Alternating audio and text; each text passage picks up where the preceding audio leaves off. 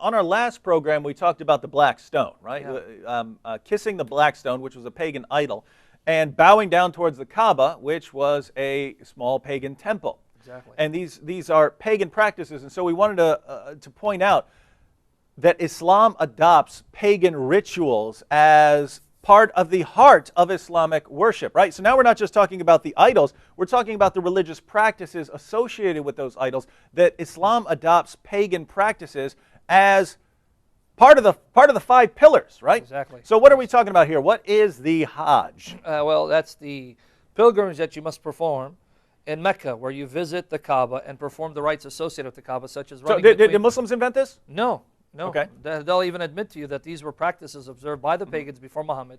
But their justification for it is, but Ishmael settled there. We have any records of Ishmael being there? None whatsoever. Have any records of Abraham having Never. anything to do with this? None No. whatsoever. Okay. But we do have admission from Muslim sources the pagans were doing it. Okay. So at least they admit that part. And so what Muhammad did was, he repackaged these pagan rituals in a monotheistic context. In fact, I encourage all Muslims to get a copy of the Abdullah Yusuf Ali translation of the Quran with the commentary, and read throughout chapter 2 of the Quran and see his commentary, where he basically admits that Islam spiritualized these practices that the pagans were actually observing. So he has to admit these are pagan practices, but Muhammad supposedly purified them and spiritualized them and restored them to their true meaning.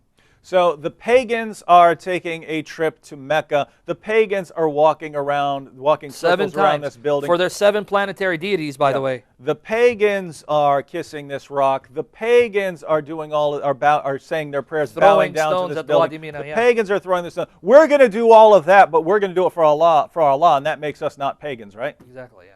And so what we see here is Islam doesn't come and say, hey, stop these pagan practices. Islam comes along and says, we're going to adopt all of these pagan practices. And that's the true religion, right? And they condemn the pagans. Very interesting stuff.